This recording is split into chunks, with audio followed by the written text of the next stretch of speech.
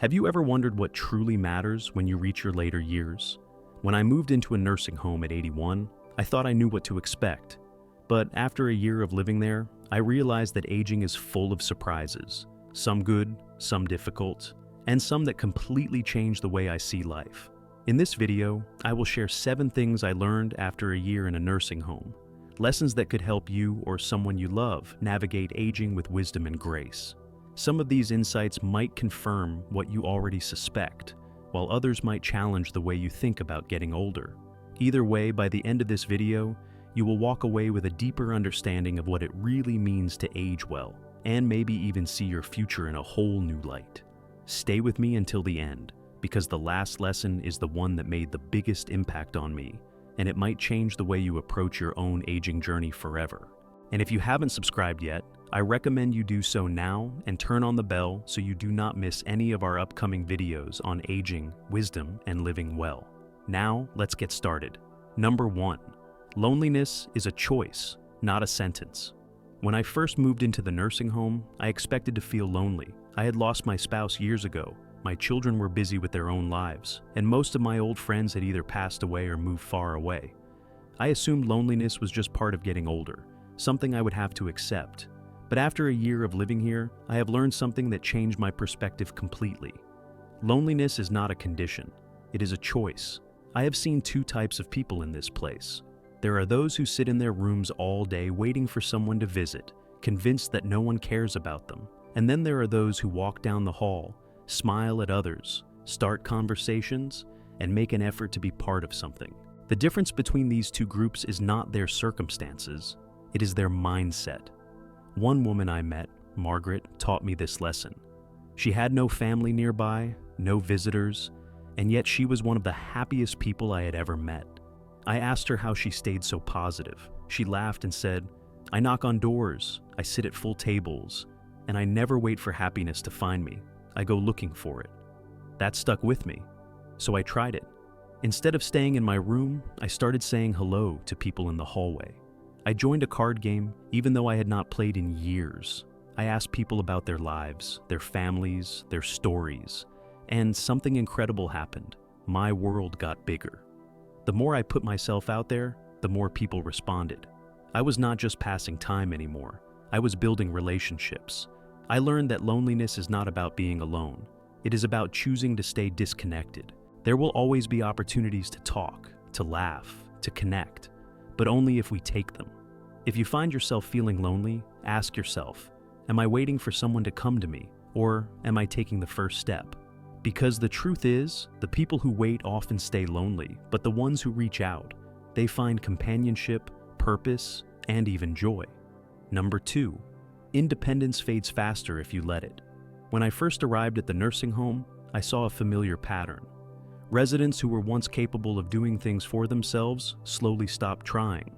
A man named Richard, who had always been strong and self-sufficient, started asking for help with the smallest tasks, things he had done his entire life. At first it seemed harmless, but within months he became weaker, less confident, and more dependent on others. The truth is, when you stop using your abilities, you start losing them. I learned quickly that maintaining independence is an active choice. It is easier to let someone else bring you a cup of coffee than to get up and pour it yourself. It is easier to take the elevator than to walk a few extra steps. But every time you take the easy route, you give up a little more of your strength, your mobility, and your sense of self. And once you give it up, getting it back is nearly impossible.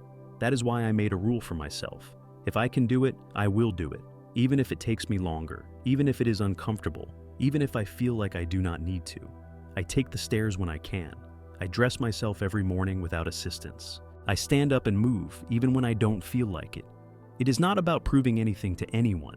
It is about holding on to what I have for as long as I can. Aging does not take away our independence overnight. It happens in tiny moments, little decisions that seem unimportant at the time.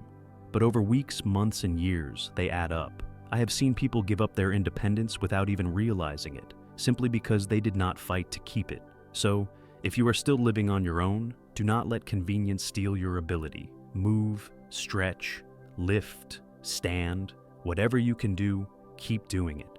Because the moment you stop, you start sliding toward a place where you will need help for everything. and that is a place you do not want to be. If you're still watching this video and finding these insights valuable, please comment number 2 below to let me know you're here. And if you haven't subscribed yet, I recommend you subscribe and turn on the bell so you don't miss any videos. Your support helps us continue creating good content to inform and inspire you. Now, let's move forward. Number 3, health declines when routine disappears. When I first arrived at the nursing home, I noticed something strange. Some residents seemed sharp, engaged, and full of life, while others seemed to fade away, losing energy and interest in everything around them. At first, I thought it was just a matter of health. Some people were simply stronger than others, but over time I realized the real difference was something else entirely. Routine. I met a man named George, a retired teacher in his late 80s. Every morning, like clockwork, he woke up at the same time, shaved, got dressed neatly, and took a short walk before breakfast. He had a set schedule for reading, socializing, and even exercise. He was sharp, alert, and had a presence about him. Then I met others who had no routine at all. They woke up whenever they felt like it, skipped meals, stayed in their rooms, and let the day pass them by. The difference in their mental and physical health was undeniable. I learned quickly that the body and mind need structure. Without it, everything starts to unravel. When we stop having reasons to get up, to move, to engage, our muscles weaken, our minds slow down, and our days blur together. I have seen it happen again and again.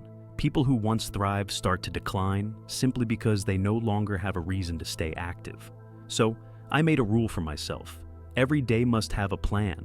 Even if I do not feel like it, I get up, shower, and get dressed.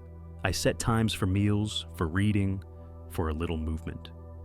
I make a point to step outside when I can, even if it is just for a few minutes. I talk to people at the same time each day, keeping those connections alive.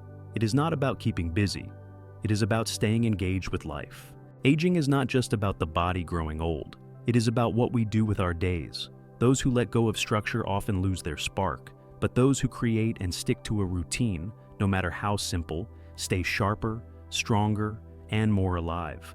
I have seen it with my own eyes, and I can tell you, if you want to stay independent, if you want to feel like yourself for as long as possible, build a routine and stick with it. It may seem small, but over time it makes all the difference. Number 4, your attitude shapes your experience. When I moved into the nursing home, I assumed that the happiest residents were the ones in the best health, the ones who could still walk easily, who had frequent visitors, who had no major medical problems. But I was wrong. Some of the healthiest people I met were miserable, constantly complaining, dwelling on what they had lost. Meanwhile, some of the happiest residents were the ones with the most challenges. People in wheelchairs, people with memory issues, people who had outlived their closest friends. What made the difference? Attitude. I met a woman named Eleanor, 86 years old, who had severe arthritis that made it difficult for her to move. She could have spent her days focusing on the pain, the limitations, the unfairness of it all. Instead, every morning she greeted people with a smile, asked how they were doing, and never missed a chance to share a kind word. She told me, happiness is not about what happens to you. It's about how you decide to see things. That stuck with me, because I have also met people who had far fewer struggles than Eleanor but were bitter, constantly dwelling on what they had lost, comparing their lives to what they used to be. The truth is, if you spend all your time focusing on what is gone, you will never enjoy what is still here. Aging brings changes. That is unavoidable. But what we choose to focus on, that is what shapes our experience every single day. I remind myself, I can either focus on what I miss, or I can focus on what I still have. I can either complain about what is hard, or I can be grateful for what is still possible. I can either let the past define me, or I can embrace what is left of the present. I have learned that happiness is not something that just happens. It is something we create, something we practice. And the people who age the best are not the ones with the best circumstances, but the ones with the best mindset. If you wake up every morning expecting things to be worse, they will be. But if you wake up choosing to find something good in the day, you will. It really is that simple. If you're still watching this video and finding these insights valuable, please comment number 4 below to let me know you're here. And if you haven't subscribed yet, I recommend you subscribe and turn on the bell so you don't miss any videos. Your support helps us continue creating good content to inform and inspire you. Now, let's move forward. Number 5. Family visits are unpredictable, but friendships sustain you. When I first moved into the nursing home, I thought that family visits would be the highlight of my days. And at first they were, seeing my children, my grandchildren, catching up on their lives. It gave me something to look forward to. But as time went on, the visits became less frequent. Life got busy, schedules got complicated, and sometimes weeks would pass without a visit. At first it hurt. I found myself waiting, hoping, feeling disappointed when the phone did not ring.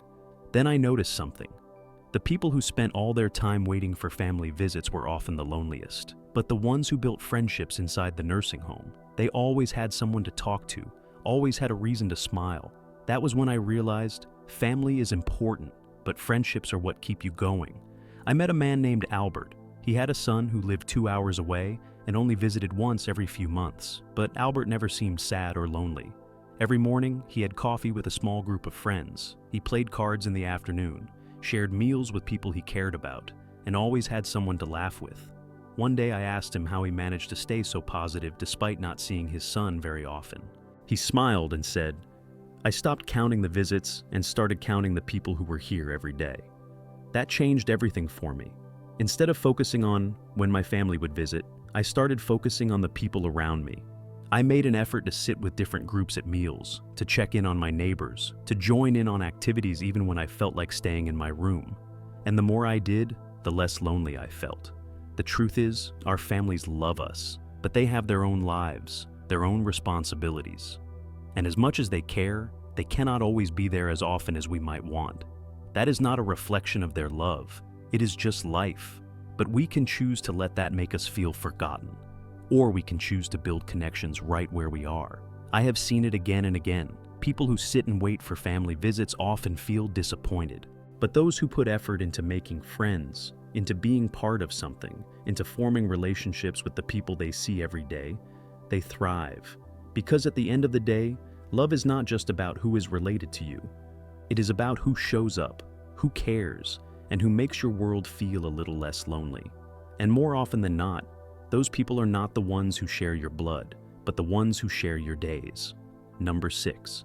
The past becomes more vivid, but the present still matters. One of the strangest things about getting older is how the past starts to feel more real than the present. I can remember details from my childhood with absolute clarity. The way my mother's kitchen smelled, the songs that played on the radio, the sound of my best friend's laughter when we were kids. But ask me what I had for lunch yesterday, and I might have to think for a moment. I have noticed this in others too.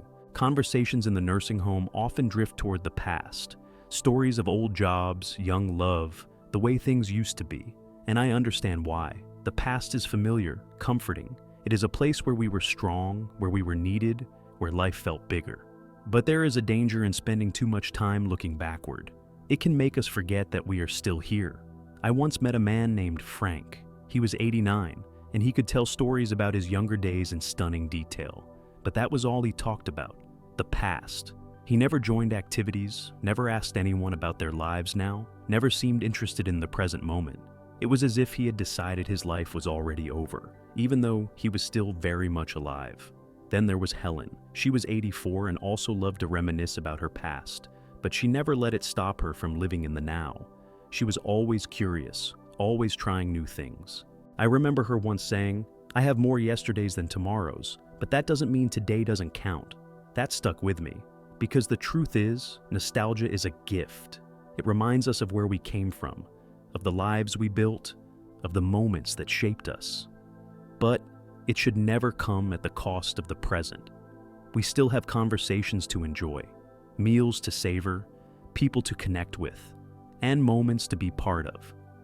Life may not look the way it once did, but it is still happening. And if we spend too much time in the past, we risk missing what is left of the present.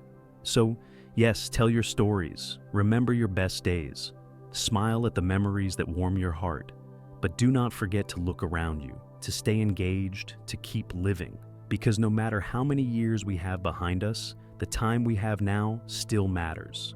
If you're still watching this video and finding these insights valuable, please comment number 6 below to let me know you're here. And if you haven't subscribed yet, I recommend you subscribe and turn on the bell so you don't miss any videos. Your support helps us continue creating good content to inform and inspire you. Now, let's move forward. Number 7. Small pleasures make a big difference. As you get older, your world starts to shrink. The grand adventures, the big milestones, the career achievements, all those things that once defined your life become part of the past. What you are left with is the everyday moments, the simple routines, the small things that fill your time. And what I have learned after a year in a nursing home is that those small things matter more than you think.